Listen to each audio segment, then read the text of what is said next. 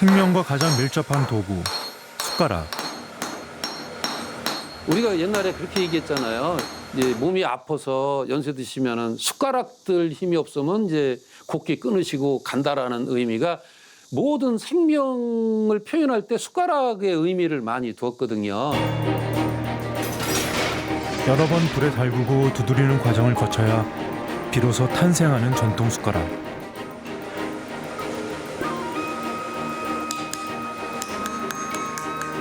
세계 어디에서나 숟가락을 사용한다. 하지만 우리처럼 숟가락의 진심인 문화를 찾아볼 수 있을까?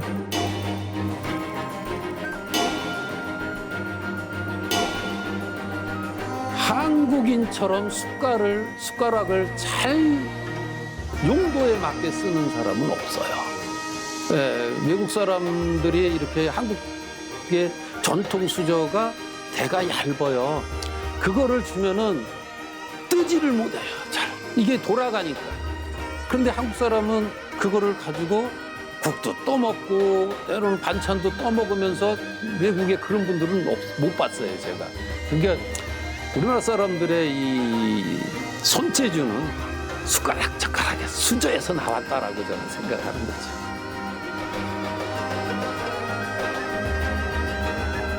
먹는 도구를 넘어서 삶과 죽음, 풍자와 해악의 상징으로 쓰이는 숟가락. 우리가 숟가락으로 삼키고 있는 것은 음식, 그 이상의 문화다.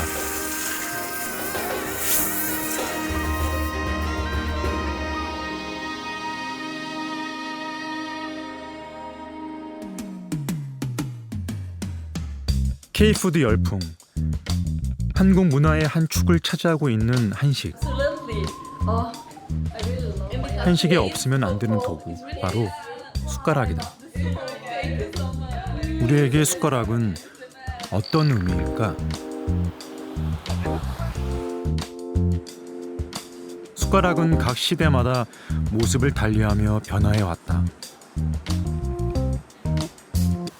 한국인이 어떻게 보면 숟가락과 가장 친하거든요.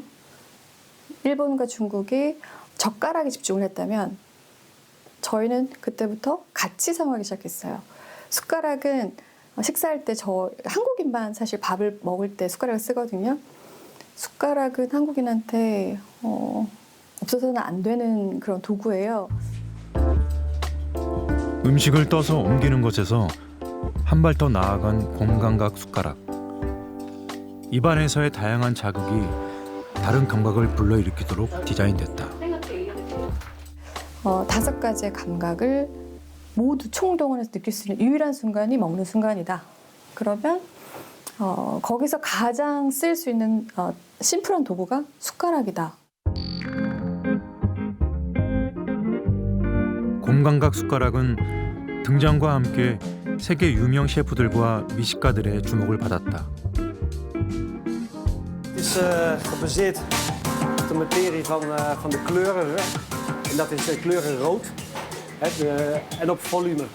En de volume zit ook in de lepel. De lepel bevat een bobbel, waardoor de mond ook meer volume heeft. En waardoor er meer smaak tegen de hemeltlang komt.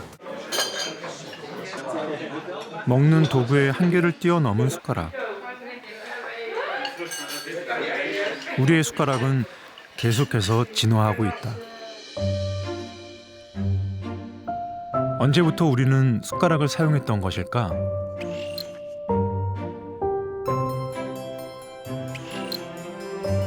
우리 숟가락의 역사는 선사시대로 거슬러 올라간다. 흙에서 시작한 숟가락의 역사. 우리는 숟가락을 통해 어떤 역사를 읽어낼 수 있을까?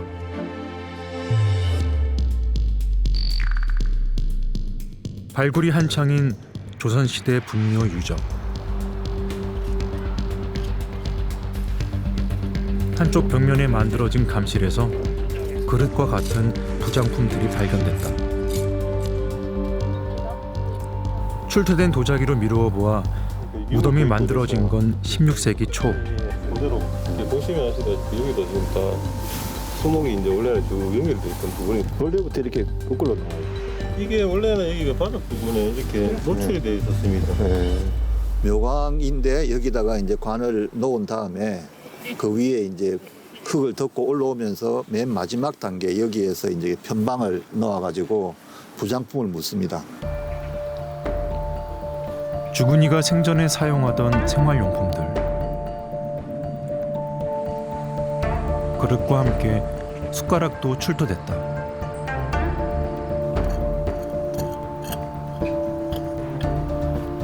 조선시대 무덤에서 숟가락이 출토되는 건 그리 드문 일이 아니다.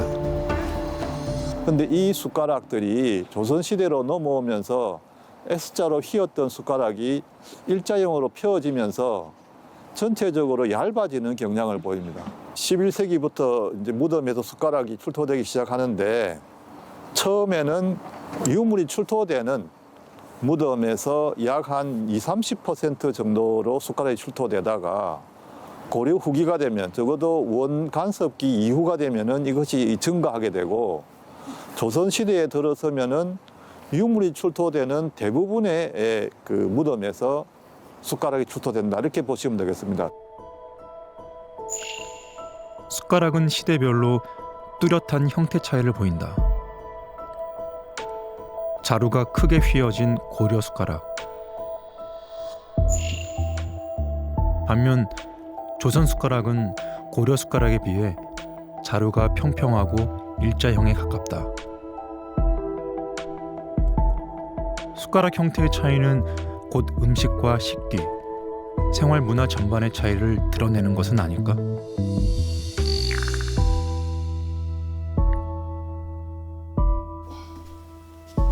조선시대 숟가락은 왕실 의례에서도 매우 중요한 부분을 차지한다. 왕실 제사에서 사용되는 도구를 그림으로 기록한 문서다. 이 자료는 언제 누가 만들었는지를 알 수 없는 저희 장서각이 가지고 있는 자료인데요. 책의 이 문서의 제목은 제기중이라고 되어 있습니다. 그러니까 제사 제자에다가 그릇 기자를 써서 그 특히 매에 먼지나 뭐 이렇게 안 옮기도록 뚜껑을 덮으면서 그 뚜껑에 구멍을 내어서 숟가락을 꼽도록 했던 이렇게 그릇이라고 할 수 있습니다. 대한제국 시기에 만들어진 의궤. 종묘 제사에 사용되는 숟가락이 자세하게 그려져 있다. 숟가락에 먹는 기능 이외의 의미가 부여된 건 언제부터일까? 백제 제25대 왕 무령왕과 왕비의 합장릉인 무령왕릉. 남북으로 긴 장방형의 터널형 천장을 한 벽돌로 만들어진 무덤이다.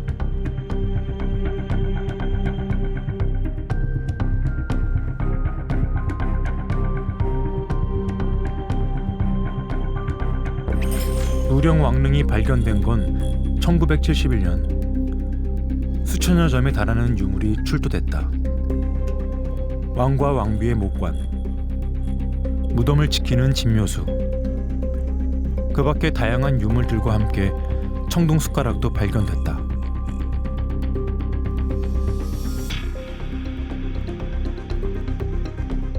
삼국시대 고분에서 숟가락이 나온 것은 무령왕릉이 처음. 당시 무덤에 숟가락이 묻은 것이 일반적인 풍습이 아니었음을 알 수 있다.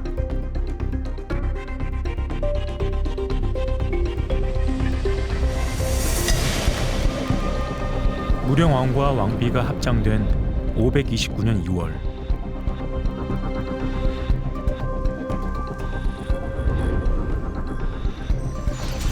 백제 사람들은 어떤 이유로 왕의 무덤에 청동 숟가락을 함께 묻었던 것일까?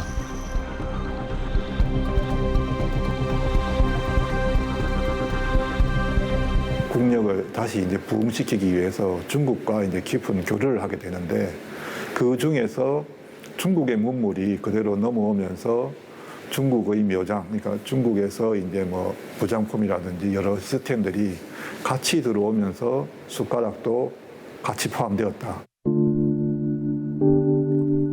크기가 다른 두 점의 숟가락, 왕과 왕비의 숟가락으로 추정된다. 숟가락이 발견된 위치로 보아 왕비가 합장되면서 함께 부장됐을 가능성이 높다.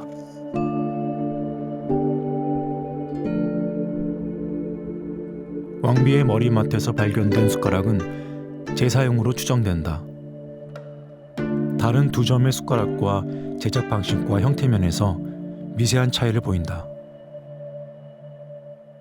사실 이제 중국에서도 명왕릉 숟가락과 비슷한 형태의 숟가락이 그 북위 쪽에 있는 이제 그 어떤 절에 석함에서 나온 것이 있고, 또 북위 쪽에 이제 그 영하고원이라는 곳에 나온 것도 있습니다.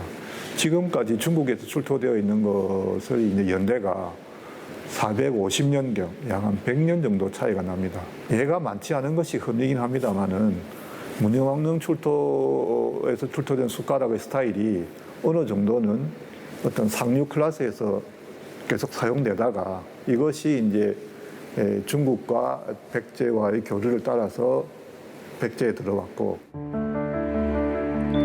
숟가락을 통해 당시 국제 교류가 활발했음을 알 수 있다.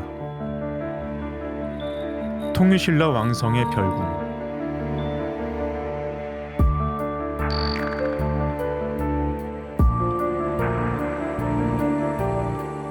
이곳에선 3만 3천여 점에 달하는 유물이 출토됐다.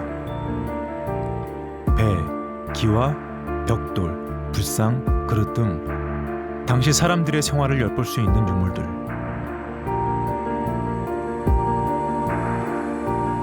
고분에서는 찾아볼 수 없던 숟가락도 다수 발견됐다.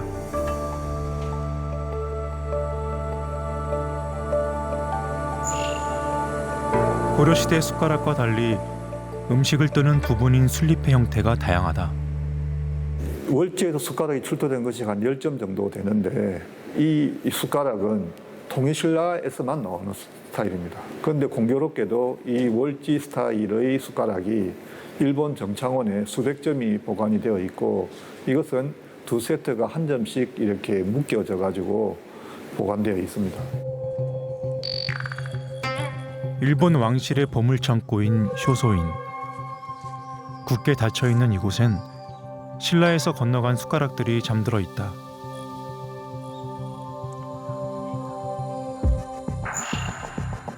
청동제 원형 숟가락과 타원형 숟가락이 한 묶음으로 10개의 묶음이 보관돼 있다. 이 신라 숟가락들은 어떻게 일본으로 넘어갔을까?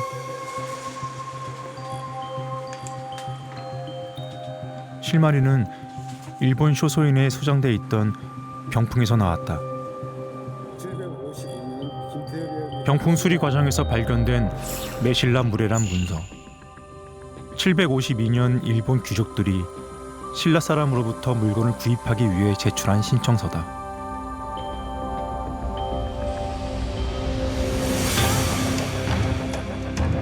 당시 일본이 신라의 염료와 생활용품, 동남아시아, 중국 등에서 생산한 향료와 비단을 수입하고 있었음을 알 수 있다.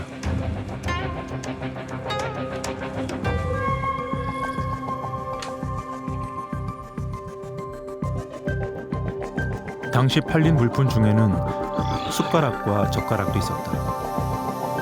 30명의 그런 구매 신청서 중에서 딱 한 사람만이 백동으로 만든 숟가락과 젓가락을 신청을 하고 있습니다. 이것은 사실은 의외로 적은 숫자죠. 그래서 아마 구매한 사람은 보니까는 신라의 사발과 그리고 그릇류 이런 것들을 일괄 구입을 하고 있습니다. 그래서 그 사람이 신라 문화에 상당히 익숙한 사람이지 않았겠는가.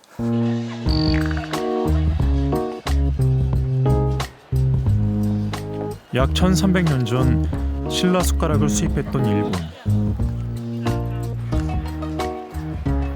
하지만 지금 일본 사람들은 식사할 때 숟가락을 거의 사용하지 않는다. 일본에선 과거 어떤 사람들이 숟가락을 사용했고 그 숟가락을 사용하던 문화는 왜 사라진 걸까? 나라시대 궁궐 유적인 헤이조궁터. 이곳에선 여러 점의 생활 유물들이 출토됐다.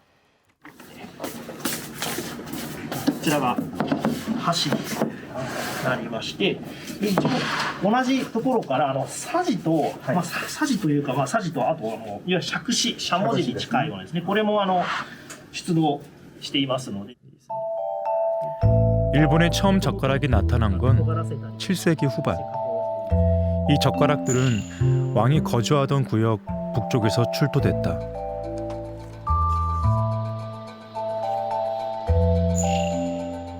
고대 일본에서 숟가락과 젓가락은 곧 신분을 나타내는 도구이기도 했다.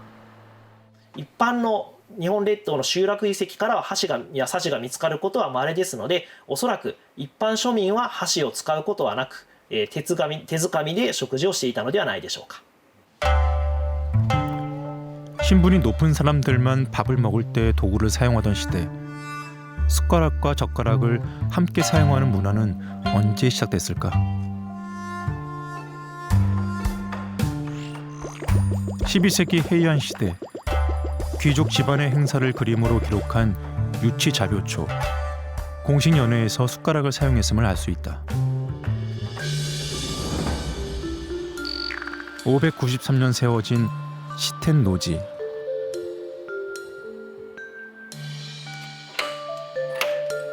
이곳에서 일본의 숟가락 사용 문화에 관한 단서를 찾아볼 수 있다.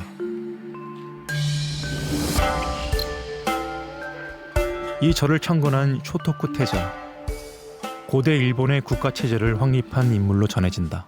推古天皇元年の時にですね、四天王寺を建立してですね、今1400年の歴史を持っておりますけれども、この時に誕生した時にですね、多くの人々にお参り来ていただくためにですね、仏教を信仰していただくためには、まず歯科院という制度、先ほど言ったものを実践されたのがこの神、ね、だから多くの人々がここに来ました。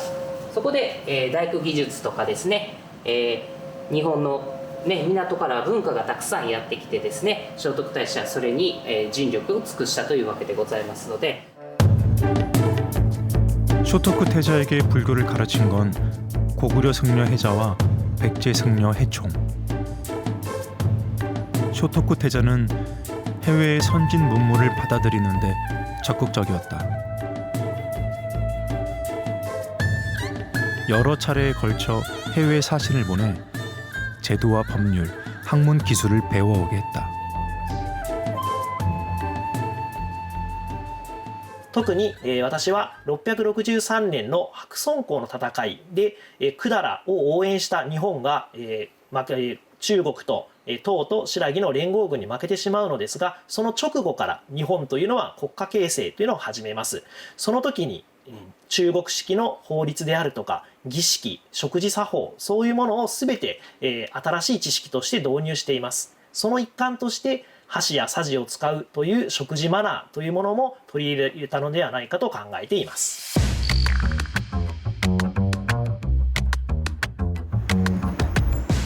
중국의 숟가락 문화는 어떨까?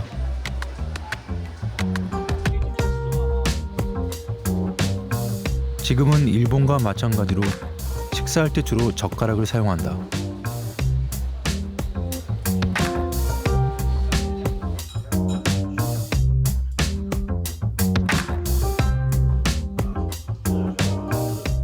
중국 식탁에서 숟가락이 점차 설 자리를 잃게 된 데에는 어떤 역사적 배경이 숨어 있을까?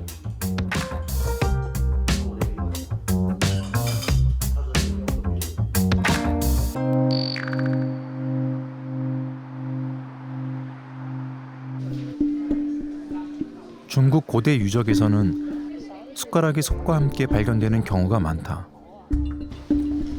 솥 안에 음식을 옮기기 위한 도구로 사용되기 때문이다.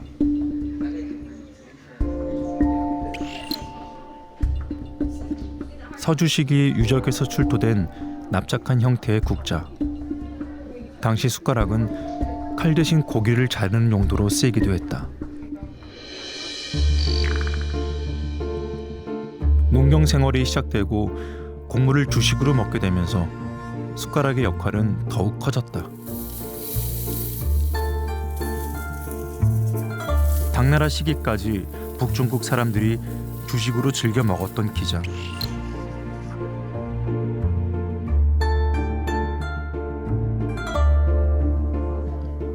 귀족들은 기장을 쪄먹거나 걸쭉하게 죽을 쑤어 먹었고 서민들은 묽게 미음을 쑤어 먹었다.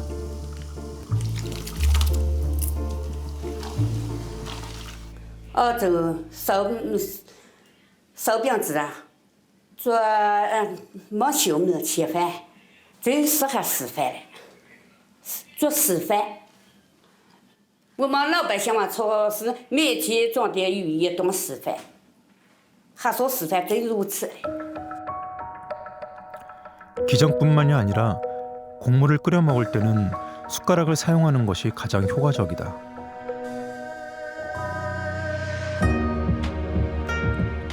숟가락이 담고 있는 기록 이면의 역사. 숟가락엔 우리가 미처 발견하지 못한 이야기가 더 숨어 있는 건 아닐까?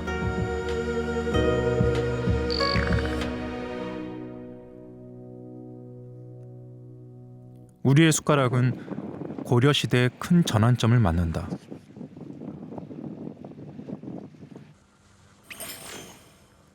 고려 시대 태안 마도 앞바다에 침몰한 배, 마도선의 유물을 발굴하는 작업.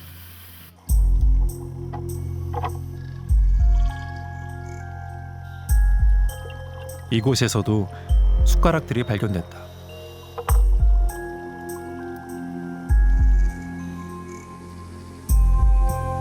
배에서 일상적으로 사용될 만큼 당시 숟가락이 널리 퍼졌음을 알 수 있다.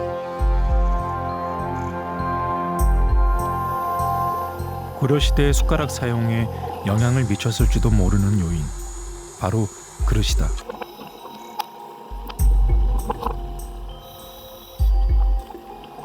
고려 청자로 대표되는 고려시대 그릇과 숟가락은 어떤 관계에 놓여 있었을까?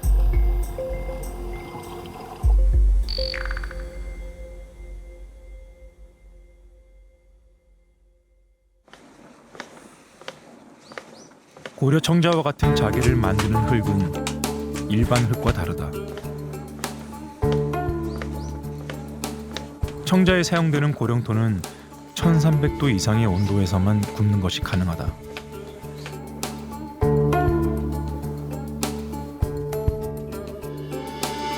고려 청자의 비색을 내기 위해선 우선 한 번 구운 다음 유약을 입혀 다시 구워야 한다.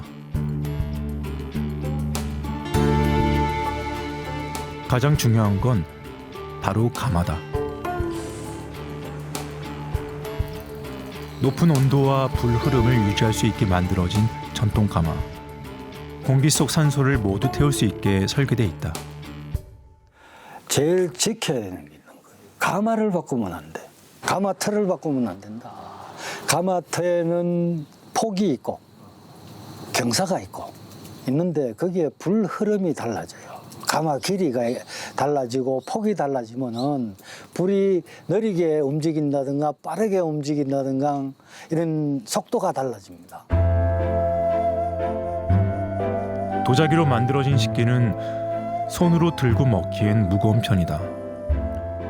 뜨거운 음식의 열이 쉽게 전달되기도 한다. 이런 그릇의 특징이 고려시대 숟가락 사용 문화를 더 확대시킨 건 아닐까? 고려 청자라는 건 사실 뭐 용도가 여러 가지겠지만 대부분은 식기예요. 네, 식기고 이제 술주전자고 음식하고 관련된 문화죠.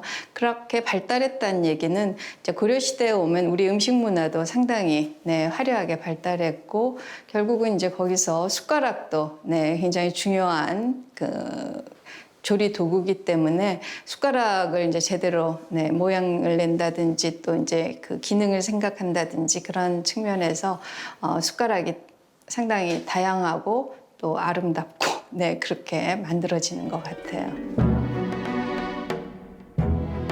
현재 유일하게 전하는 고려시대 청자 숟가락. 술립엔 한 마리 용이 새겨져 있다.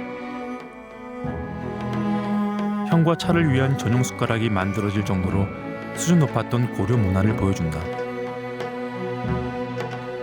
외국 상인들도 많이 들어왔고 또 공예사적으로 볼 때도 중국의 송문화와 우리 고려 문화하고 시차가 없어요. 그리고 어떤 거는 청자 같은 건 더 발달했잖아요. 그래서 시차도 없고 그 향유하는 것도 같고 양식도 같아요. 그래서 이제 고려 때 이제 그 밥숟가락 외에 향시, 다시 뭐 이런 것이 많아지는 거는 그만큼 차와 향을 향유하는 그 시기가 됐다, 그 시기였다는 걸 알 수가 있고. 고려 수도 개경은 정치와 경제의 중심지인 동시에 국제 도시이기도 했다.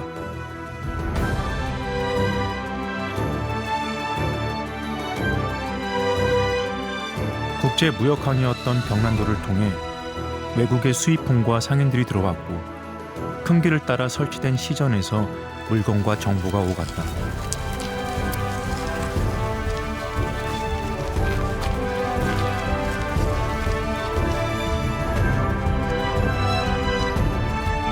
개경은 동서 문화 교류의 장이자 새로운 문화가 탄생하는 요람이었다.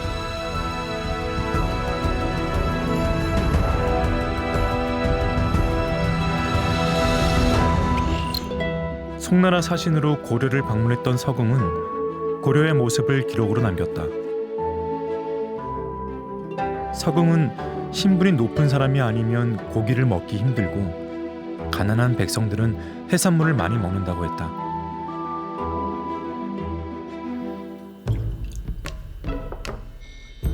불교 국가였던 고려는 초기엔 육식을 삼갔지만 몽골의 영향으로 점차 고기 요리법이 발달하게 됐다. 소금과 기름에 재운 소고기를 센불에 잠깐 구웠다가 찬물에 담그고 다시 굽는 것을 반복하는 설야 멱적. 개성의 대표적인 고기 요리다.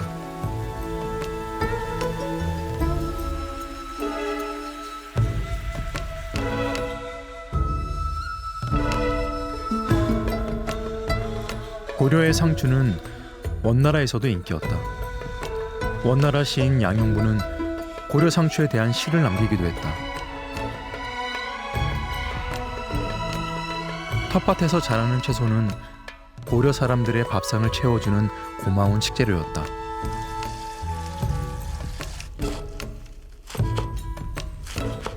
고려 시대 문인들은 시를 통해 우리 음식에 대해 노래하기도 했다. 이러한 시를 통해 고려 사람들이 다양한 채소를 넣은 국을 즐겼음을 알 수 있다.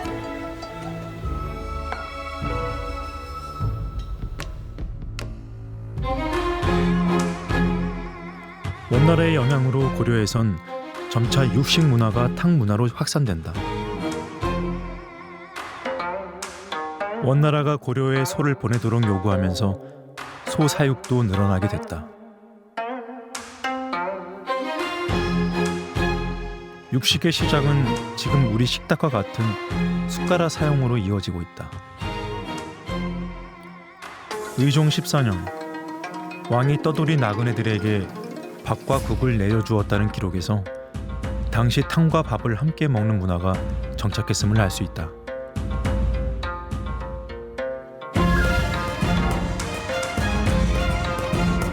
탕밥 문화에서 숟가락은 빠뜨릴 수 없는 도구다.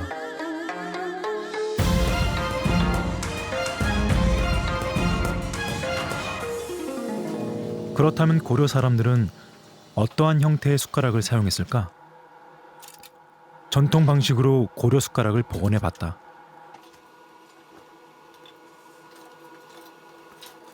먼저 숟가락을 만들기 위한 재료부터 갖춰야 한다. 구리와 주석을 섞어 만드는데 정확한 비율이 정해져 있다. 구리 한 근에 주석이 능량 닷돈 그 비율이 안 들어가면은 이 수저를 만들 수가 없어요. 그러니까 지금 이제 평균적으로 따졌을 때 구리 70할 때 주석이 22% 들어간다고 생각을 하시면 돼요. 조금만 비율이 달라져도 부서지는 숟가락. 현대 재료공학에서는 주석을 10% 이상 합금하지 않는 걸 권장한다. 주석이 일정 비율 이상 들어갈 경우 쉽게 깨지기 때문이다. 우리 선조들은 주석 합금의 최적 비율을 찾아낸 것이다. 오랜 세월 쌓인 경험에서 비롯된 지혜다.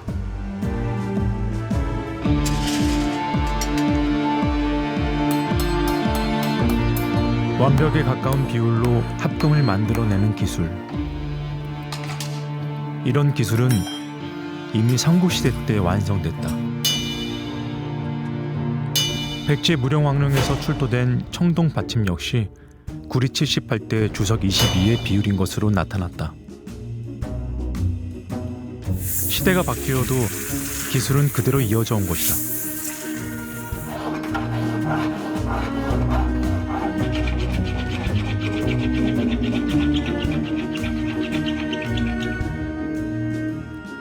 옛 기술 그대로 복원한 고려 숟가락. 선조들이 삶을 대하는 방식이 고스란히 드러나 있다. 선조들이 기술이라는 게 그냥 주물로 해갖고 단순히 많이 생산해갖고 많이 쓸 수도 있었을 텐데 그거 자체가 그나마도 완전하지 않다는 거죠, 수저가.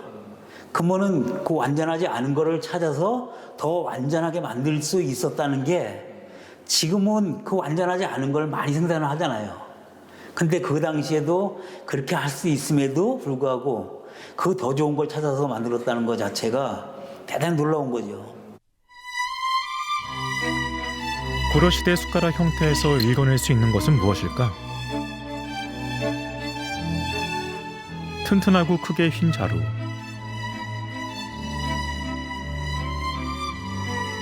길고 날렵한 술립,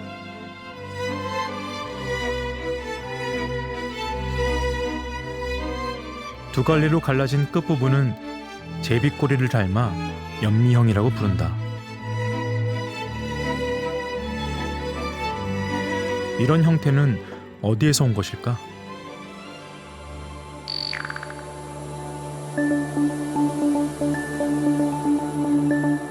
중국 둔왕의 불교 유적 막고굴.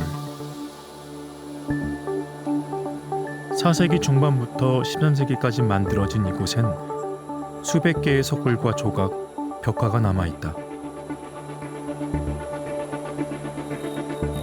이곳에서도 숟가락의 흔적을 찾을 수 있다.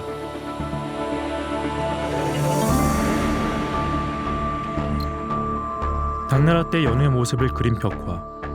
사람들 앞에 개인 숟가락이 놓여 있다. 고려 숟가락 형태의 실마리는 의외의 유적에서 나타났다. 탕부투족의 나라였던 서하. 동서 교육을 바탕으로 번성했던 서하는 1227년 칭기스칸 손에 멸망하고 만다. 그 옛 도시 유적에서 고려 숟가락의 흔적이 발견됐다. 불교에서 늘 배고픔의 고통을 당하는 것으로 알려진 아귀를 그린 벽화. 고려 숟가락과 같은 모양을 하고 있다. 고려 전기 때 중국 북방 요나라와 금나라와의 어떤 교통 관계가 이렇게 늘어나면서 그 사람들이 사용하는 숟가락이 들어오면서 더욱더 확대되게 됩니다. 이렇게 숟가락의 끝이 두 군데로 갈라지는 게 있는데 그것은 완전히 중국 스타일이거든요. 우리와 숟가락 문화를 공유해왔던 중국.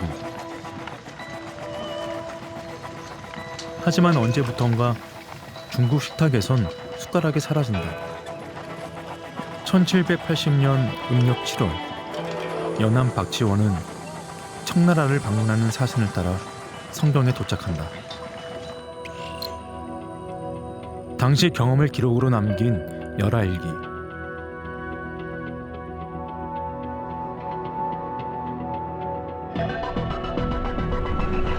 박지원은 청나라 학자들과 필담으로 이야기를 나누다 밥을 먹을 때가 되어 함께 식사를 하게 된다.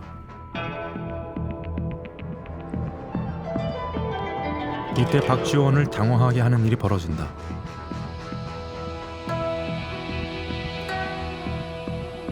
식사가 끝나갈 즈음 국과 함께 밥이 나왔다.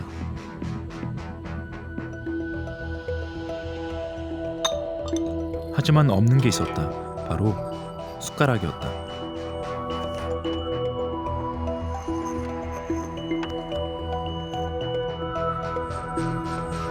미남 입장에서는 식사 도구로 숟가락과 젓가락이 당연히 나올 줄 알았는데 젓가락만 나오고 숟가락이 안 나온 거죠. 그래서 숟가락을 설명을 한 거죠. 한자 필담으로. 박지원은 고사에 나오는 월나라 왕의 생김새에 빗대며 숟가락을 달라고 요청했다.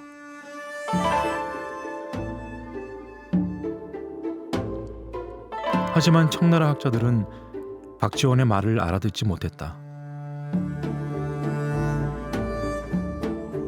이 무렵 중국에선 이미 숟가락 사용 문화가 사라졌기 때문이다. 박지원은 그림으로 숟가락을 그려 보이며 설명해야 했다.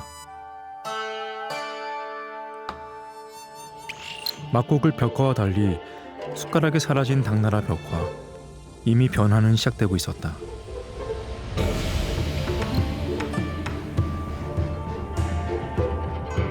중국 식탁의 변화를 불러온 것은 무엇일까? 8세기, 밀 재배가 늘어나면서 식탁의 풍경도 바뀌게 된다. 기장과 같은 곡물과 달리 밀가루로는 국수, 만두, 떡 등 다양한 음식을 만들 수 있었다. 송나라 땐 거리 노점들에서 다양한 밀가루 요리를 팔았다.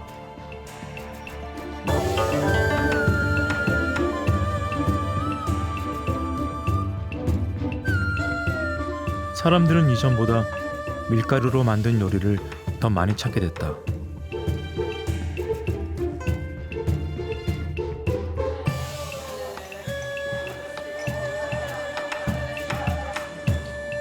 밀가루로 만든 요리들은 숟가락 없이 젓가락만으로 먹을 수 있었다.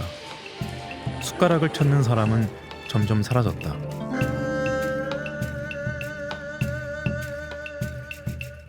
后来呢，人们发现这个用筷子使用这个吃米饭呀、或者夹东西的时候，比如挑在汤里边夹东西的时候比较方便。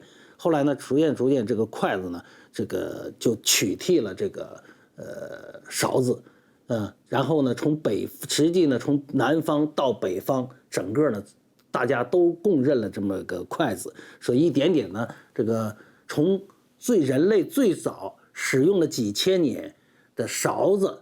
最后呢，逐渐变成了筷子，是这样的。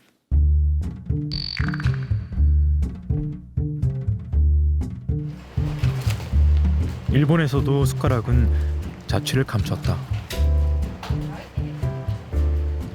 지금도 식사에 주로 사용되는 도구는 젓가락이다.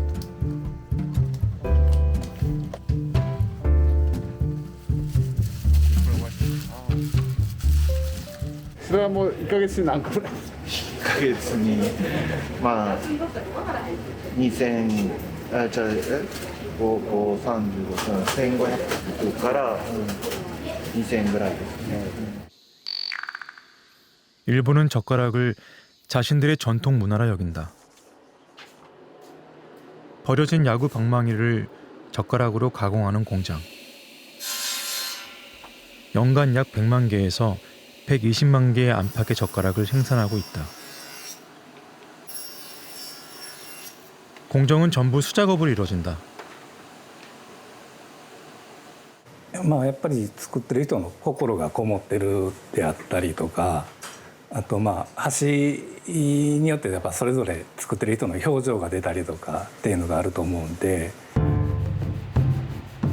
이곳의 대표 상품은 후쿠이현 오바마 지방의 전통 오칠 기법으로 제작되는 젓가락이다.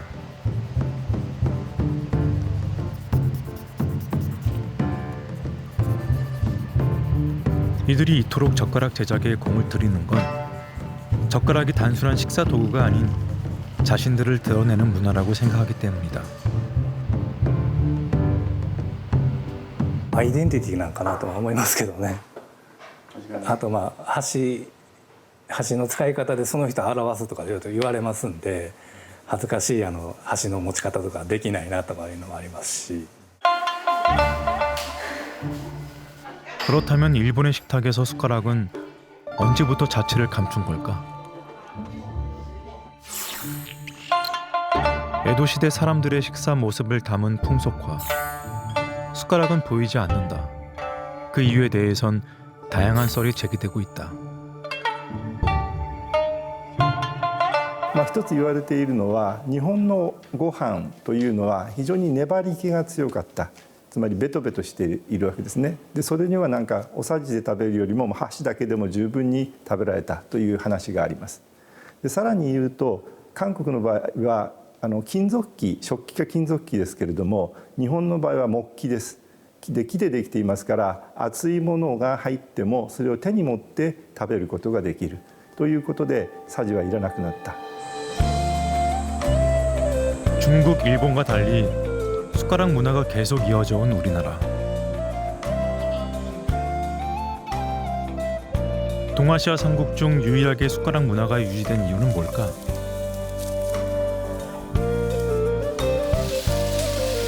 숟가락 사용이 대중화된 이후 밥과 국을 중심으로 한 탕밥 문화가 계속 유지돼 왔기 때문이다.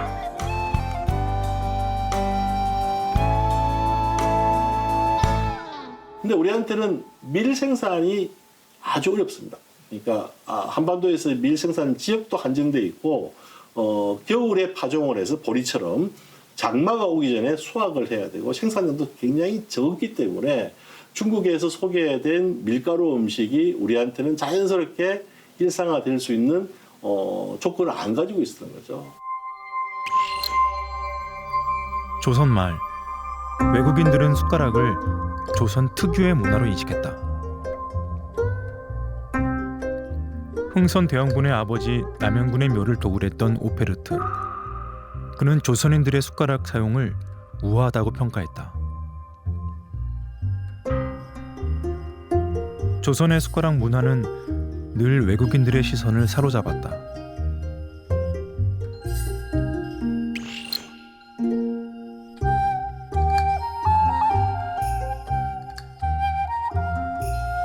숟가락은 신분에 관계없이 생존을 위해 누구나 사용하는 도구였고 우리 삶 속 깊숙이 파고들어 민속과 어우러졌다.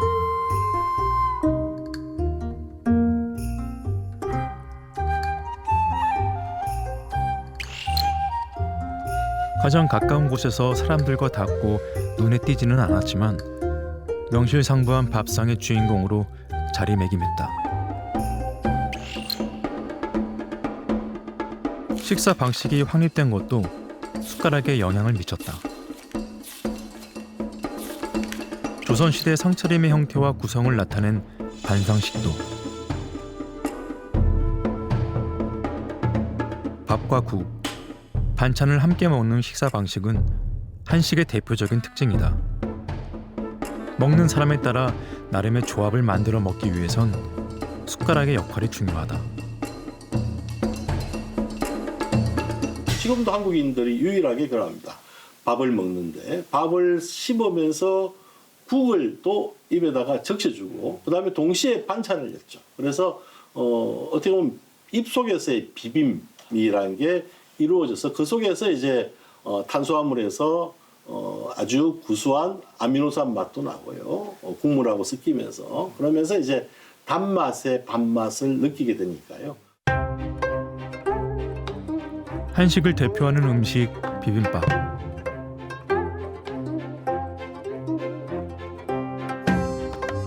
한 그릇 안에서 다양한 재료들이 비비고 섞이는 음식이다.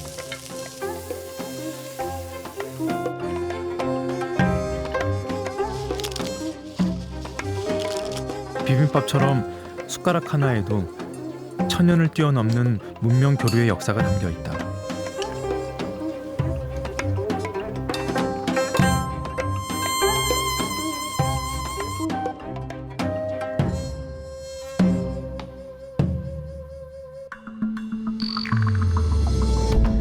우리에게 숟가락은 단지 먹는 도구가 아니었다.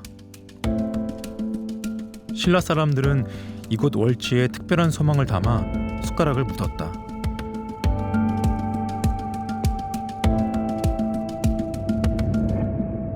숟가락이 출토되는 장소가 우물이 굉장히 많습니다. 그리고 물과 관련된 것인데요. 사실은 월지, 이 안압지도 물이죠. 물을 가둬놓은 곳이죠. 그래서 물 속에는 누가 사느냐 하면 용이 삽니다. 그 우물에 사는 용에게 올해도 우리들에게 많은 비를 내려주어서 풍년을 깃들게 되고 그래서 잘 먹고 잘 살게 해달라는 그런 뜻으로 숟가락을 우물에 사는 용에게 올렸다. 20세기 초 전통 장례의 모습. 숨을 거둔 이의 입에 버드나무 숟가락으로 불린 생쌀과 구슬 등을 물린다. 저승길 배고픔에 대비하라는 의미의 반함이란 절차다. 숟가락은 사후 세계와 현재를 연결하는 매개체이기도 하다. 제사상에 반드시 숟가락이 올라가는 이유다. 삶에서 줄곧 사람과 함께했던 숟가락은 사후에도 계속 사람과 닿아 있는 것이다. 숟가락은 일종의 죽은 망자의 영혼을, 한 명의 영혼을 상징하는 거죠. 그래서 이제 그 숟가락을 갖추지 않으면 안 되고요. 그 숟가락이 밥과 함께 하나의 조상을 상징하는 상징체로 쓰인다고 볼 수 있습니다. 너무나 익숙해 그 존재감마저 느끼지 못할 정도인 우리의 숟가락. 하지만 그 안엔 수천 년의 이야기들이 어려 있다. 숟가락 속엔 아직 우리가 풀지 못한 이야기도 남아 있다.